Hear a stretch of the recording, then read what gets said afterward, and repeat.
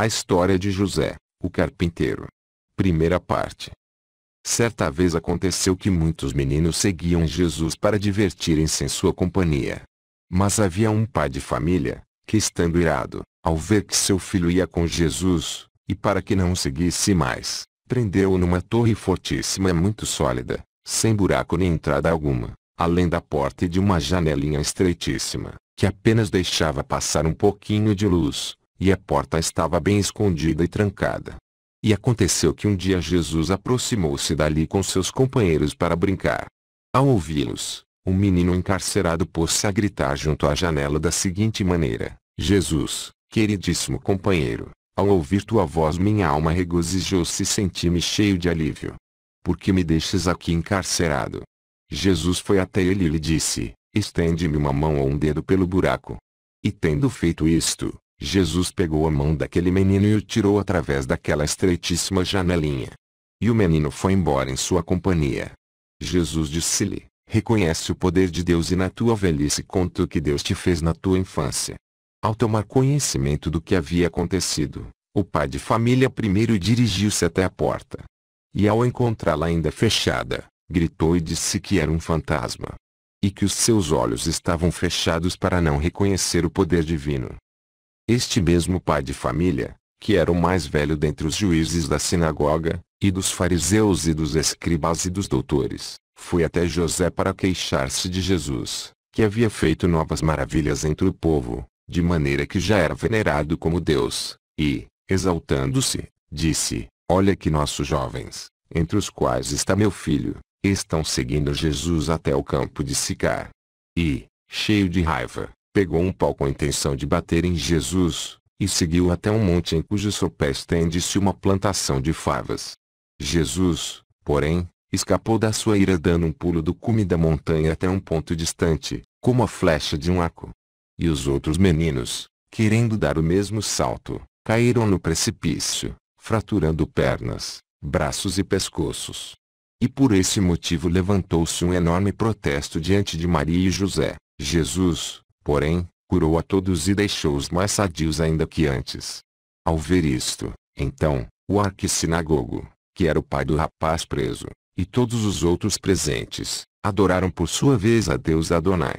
E o lugar onde Jesus deu o salto chama-se até hoje o Salto do Senhor. E aconteceu que, sendo época de semeadura, José saiu para semear o trigo. E Jesus seguiu-o. Depois José começou sua faina, trabalho árduo, e espalhou as sementes até o limite da propriedade. Depois José veio ceifar no tempo da colheita. E também Jesus veio recolher as espigas que havia semeado, e sua colheita foi de 100 alqueires de riquíssimo trigo, quantidade que nem 3 ou 4 campos juntos produziam. E José disse: chamai os pobres, órfãos e viúvas e reparti com eles o trigo da minha colheita. E assim se fez. Mas, ao distribuí-lo, sobreveio um extraordinário e inesperado aumento. Os pobres que foram com ele supridos abençoaram o Senhor de todo o coração, dizendo que o Senhor Deus de Israel havia visitado seu povo. De novo aconteceu em um dia de semeadura, que Jesus ia atravessando a Ásia e viu um lavrador que semeava certa espécie de legume, chamado grão de bico, em uma propriedade próxima ao túmulo de Raquel, entre Jerusalém e Belém. Jesus lhe disse: homem, que está semeando? Mas ele, com raiva e zombando do fato de que um jovem daquela idade lhe fazia tal pergunta, respondeu: pedras. E Jesus, por sua vez, lhe disse: tens razão, porque efetivamente são pedras. E todos aqueles grãos de bico transformaram-se em duríssimas pedras, que ainda conservam a forma de grãos de bico, a cor, bem como um pequeno olho na cabeça. E desta maneira todos aqueles grãos, tanto os já semeados quanto aqueles que iriam ser semeados, transformaram-se em pedras. E até hoje, procurando-as com cuidado, pode-se encontrar as tais pedras nesse campo. Outro dia de manhã, quando o orvalho ainda suavizava o calor do sol, José e Maria vinham subindo do lado de Tiro e Sidom em direção a Nazaré. E à medida que o sol ia subindo, Maria sentia-se cada vez mais sufocada, até que sentou-se no chão muito cansada. E disse a José: continua subindo esta temperatura que me afoga, que se poderá fazer? Não vejo por aqui nenhuma sombra onde possa proteger-me. E levantando suas mãos aos céus, orou dizendo: ó virtude do Altíssimo, segundo aquela doce palavra que ouvi uma vez e que vinha de ti, protege-me com tua sombra, que minha alma viva e me seja dado teu refrigério. E Jesus, ao ouvir essas palavras, alegrou-se e fincou no solo um pau seco que levava na mão para servir-lhe de bastão, dizendo com voz imperiosa: proporciona neste momento uma sombra agradável para minha mãe. E no mesmo instante aquela vara converteu-se em uma árvore copada e frondosa, que lhes ofereceu um doce refrigério para seu descanso. Um dia de inverno fazia um sol esplêndido, e um raio de sol estendeu-se e veio pela janela, incidindo na parede da casa de José. E por ali estavam os jovens da vizinhança, companheiros de Jesus, correndo pela casa. Jesus montou-se no raio de sol, e colocando suas vestes em cima dele, sentou-se como se estivesse acomodado sobre uma firmíssima viga. Ao ver isso, seus companheiros pensaram que seriam capazes de fazer o mesmo. E tentaram subir para sentar-se com Jesus, imitando-lhe o jogo. Mas despencaram gritando: estamos nos fazendo em pedaços. Jesus, porém, atendendo aos rogos de Maria e de José, pôs-se a curar as lesões de todos os feridos soprando levemente no lugar machucado, dizendo: o Espírito assopra onde quer e devolve a saúde a quem lhe apraz. E todos foram embora curados. E contaram todas estas coisas a seus pais, sendo o fato conhecido em Jerusalém e nos mais remotos confins de Judá. Com o que a fama de Jesus estendeu-se por todas as províncias. E vieram para render-lhe graças e serem, por sua vez, abençoados por ele. E lhe disseram: bem-aventurado o ventre que te carregou e os seios que te amamentaram. José e Maria deram graças a Deus por todas as coisas que haviam visto e ouvido. Numa outra ocasião, Maria disse ao seu filho: olha, filho, vai à fonte de Gabriel, tira água e traz-a neste cântaro. E submisso às ordens da mãe, foi. E os meninos da sua idade seguiam-no para vê-lo, levando cada um o seu cântaro. E, já de volta, Jesus jogou com força o seu cântaro contra uma rocha que havia no caminho, sem que se rompesse ou produzisse muito barulho. Ao ver isto, os demais fizeram a mesma coisa com os seus, quebrando cada um o seu cântaro e derramando a água que haviam ido buscar na fonte. Então sobreveio um tumulto e levantaram-se queixas, mas Jesus recolheu os fragmentos, recompôs os vasilhames e devolveu-os a cada um cheios de água. E elevou seus olhos ao céu, dizendo: Pai, desta mesma maneira hão de ser consertados os homens que confusos pereceram. Ficaram todos estupefatos diante daquele feito e diante daquelas palavras e o louvaram dizendo: Bendito o que vem em nome do Senhor. Amém. A história de José o carpinteiro. Assim José, o carpinteiro, pai de Cristo segundo a carne, abandonou esta vida mortal e viveu 111 anos. Quando nosso Salvador contou toda a sua vida aos apóstolos, reunidos no Monte das Oliveiras, eles escreveram as suas palavras, e depois guardaram-nas na biblioteca de Jerusalém, e além disso, deixaram consignado que o dia no qual o santo ancião separou-se do seu corpo foi o dia 26 de Epep, na paz do Senhor. Amém. Capítulo 1. E estava um dia nosso bom Salvador no Monte das Oliveiras, com os discípulos à sua volta, e dirigiu-se a eles com estas palavras: Meus queridos irmãos, filhos de meu amado Pai, escolhidos por Ele entre todos do mundo. Bem sabeis o que tantas vezes vos repeti: é necessário que eu seja crucificado e que experimente a morte, que ressuscite de entre os mortos, que vos transmita a mensagem do Evangelho para que vós, de vossa parte, o pregueis por todo o mundo, que eu faça descer sobre vós uma força do alto, a qual vos impregnará com o Espírito Santo, e que vós, finalmente, pregueis para todas as pessoas dessa maneira: fazei penitência.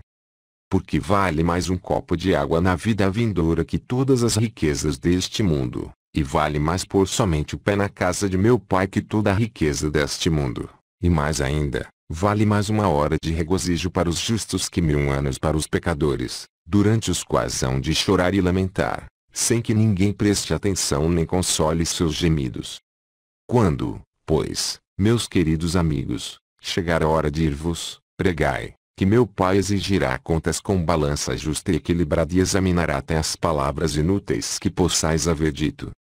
Assim como ninguém pode escapar à mão da morte, da mesma maneira ninguém pode subtrair-se de seus próprios atos, sejam eles bons ou maus. Além disso, vos tenho dito muitas vezes, e repito agora, que nenhum forte poderá salvar-se por sua própria força e nenhum rico pelo tamanho da sua riqueza. E agora, escutai, que narrar-vos-ei a vida de meu pai José, o abençoado ancião carpinteiro. Capítulo 2. Havia um homem chamado José que veio de Belém, essa vila judia que é a cidade do rei Davi. Impunha-se pela sua sabedoria e pelo seu ofício de carpinteiro. Este homem, José, uniu-se em santo matrimônio com uma mulher que lhe deu filhos e filhas, 4 homens e 2 mulheres, cujos nomes eram Judas e Josetos, Tiago e Simão. Suas filhas chamavam-se Lísia e Lídia. E a esposa de José morreu, como está determinado que aconteça a todo homem, deixando seu filho Tiago ainda menino de pouca idade. José era um homem justo e dava graças a Deus em todos os seus atos. Costumava viajar para fora da cidade com frequência para exercer o ofício de carpinteiro em companhia de seus 2 filhos, já que vivia do trabalho de suas mãos conforme o que estabelecia a lei de Moisés. Este homem justo, de quem estou falando, é José, meu pai segundo a carne, com quem se casou na qualidade de consorte, minha mãe, Maria. Capítulo 3. Enquanto meu pai José permanecia viúvo, minha mãe, a boa e bendita entre as mulheres, vivia por sua parte no templo servindo a Deus em toda a santidade, e havia já completado 12 anos, passara os seus 3 primeiros anos na casa de seus pais, e os 9 restantes no templo do Senhor. E ao ver que a santa donzela levava uma vida simples e plena de temor a Deus, os sacerdotes conversaram entre si e disseram: busquemos um homem de bem e celebremos o casamento com ele até que chegue o momento de seu matrimônio, que não seja por descuido nosso que lhe sobrevenha o período de sua purificação no templo, nem que venhamos a incorrer num pecado grave. Capítulo 4. Convocaram então as tribos de Judá e escolheram entre elas 12 homens correspondendo ao número das 12 tribos. A sorte recaiu sobre o bom velho José, meu pai segundo a carne. Disseram, então, os sacerdotes à minha mãe, a Virgem: vai com José e permanece submissa a ele até que chegue a hora de celebrar teu matrimônio. Então José levou Maria, minha mãe, para sua casa. Ele encontrou o pequeno Tiago na triste condição de órfão e o cobriu de carinhos e cuidados. Esta foi a razão pela qual a chamaram Maria, mãe de Tiago. Então, depois de tê-la acomodado em sua casa, José partiu para o local onde exercia o ofício de carpinteiro. E minha mãe Maria viveu 2 anos em sua casa até que chegou o feliz momento. Capítulo 5. E no 14º ano de idade eu, Jesus, vossa vida, vim habitar nela por meu próprio desejo. E aos 3 meses de gravidez, o solícito José, voltou de suas ocupações. Porém, ao encontrar minha mãe grávida, presa à turbação e ao medo, pensou secretamente em abandoná-la. E foi tão grande o desgosto, que não quis comer nem beber naquele dia. Capítulo 6. Eis porém, que durante a noite, mandado por meu pai, Gabriel, o arcanjo da alegria, lhe apareceu numa visão e lhe disse: José, filho de Davi, não tenhas cuidado em admitir Maria, tua esposa, em tua companhia. Saberás que o que foi concebido em seu ventre é fruto do Espírito Santo. Dará, então, à luz um filho, a quem tu porás o nome de Jesus. Ele apacentará os povos com o cajado de ferro. Finalmente o anjo desapareceu. E José, voltando do sono, cumpriu o que lhe havia sido ordenado, admitindo Maria consigo. Capítulo 7. E então o imperador Augusto fez proclamar que todos deveriam comparecer ao recenseamento, cada um conforme seu lugar de origem. Também o bom velho se pôs a caminho e levou Maria, minha Virgem Mãe, até a sua cidade de Belém. E, como o parto já estava próximo, ele fez o escriba anotar seu nome da seguinte maneira: José, filho de Davi, Maria, sua esposa, e seu filho Jesus, da tribo de Judá. E Maria, minha mãe, trouxe-me ao mundo quando retornava de Belém, perto do túmulo de Raquel, a mulher do patriarca Jacó, a mãe de José e Benjamim.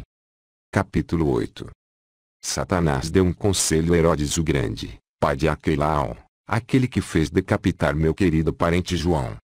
E assim ele me procurou para tirar minha vida, porque pensava que meu reino era deste mundo. Meu pai manifestou isto a José numa visão, e este pôs-se imediatamente em fuga levando consigo a mim e a minha mãe, em cujos braços eu ia deitado. Salomé também nos acompanhava. Descemos, então, até o Egito e ali permanecemos por um ano, até que o corpo de Herodes foi preso da corrupção como castigo justo pelo sangue dos inocentes que ele havia derramado, e dos quais já nem se lembrava. Capítulo 9. Quando Nicom Herodes deixou de existir, voltamos a Israel e fomos viver em uma vila da Galileia chamada Nazaré. E meu pai José, o bendito ancião, continuava exercendo o ofício de carpinteiro, graças ao que podíamos viver. Jamais poder-se-á dizer que ele comeu seu pão de graça, mas sim que se conduzia de acordo com o prescrito na lei de Moisés. Capítulo 10. E depois de tanto tempo, seu corpo não se mostrava doente, nem tinha vista fraca, nem havia sequer um só dente estragado em sua boca.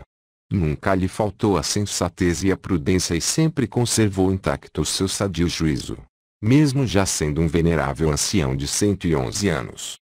Capítulo 11. Seus 2 filhos mais velhos, Josetos e Simão, casaram-se e foram viver em seus próprios lares. Da mesma forma suas 2 filhas se casaram, como é natural entre os homens, e José ficou com o seu pequeno filho Tiago. Eu, de minha parte, desde que minha mãe me trouxe a este mundo, estive sempre submisso a ele como um menino, e fiz o que é natural entre os homens, exceto pecar. Chamava Maria de minha mãe e José meu pai. Obedeci-aos em tudo o que me pediam, sem ter jamais me permitido replicar-lhes com uma palavra, mas sim mostrar-lhes sempre um grande carinho. Capítulo 12. Chegou, porém, para meu pai José a hora de abandonar este mundo, que é a sorte de todo homem mortal. Quando seu corpo adoeceu, veio um anjo anunciar-lhe: tua morte dar-se-á neste ano. E, sentindo sua alma cheia de turbação, ele fez uma viagem até Jerusalém, entrou no templo do Senhor, humilhou-se diante do altar e orou desta maneira. Capítulo 13. O Deus, Pai de toda misericórdia e Deus de toda carne, Senhor da minha alma, de meu corpo e do meu espírito. Se é que já se cumpriram todos os dias da vida que me deste neste mundo, rogo-te, Senhor Deus, que envies o arcanjo Michel para que fique do meu lado até que minha desditada alma saia do corpo sem dor nem turbação. Porque a morte é para todos causa de dor e turbação, quer se trate de um homem, de um animal doméstico ou selvagem, ou ainda de um verme ou um pássaro. Em uma palavra, é muito dolorosa para todas as criaturas que vivem sob o céu e que alentam um sopro de espírito para suportar o transe de ver sua alma separada de seu corpo. Agora, então, meu Senhor, faz com que o teu anjo fique do lado da minha alma e do meu corpo, que esta recíproca separação se consuma sem dor. Não permitas que aquele anjo que me foi dado no dia em que saí de teu seio, volte seu rosto irado para mim ao longo deste caminho que empreendo até vós, mas sim, que ele se mostre amável e pacífico. Não permitas que aqueles cujas faces mudam, dificultem a minha ida até vós. Não consintas que minha alma caia em mãos do Cérbero e não me confundas em teu formidável tribunal.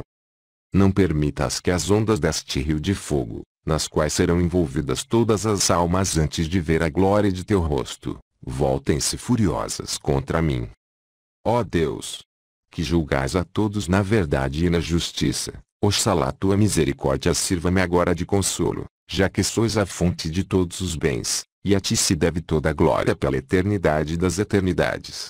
Amém. Capítulo 14.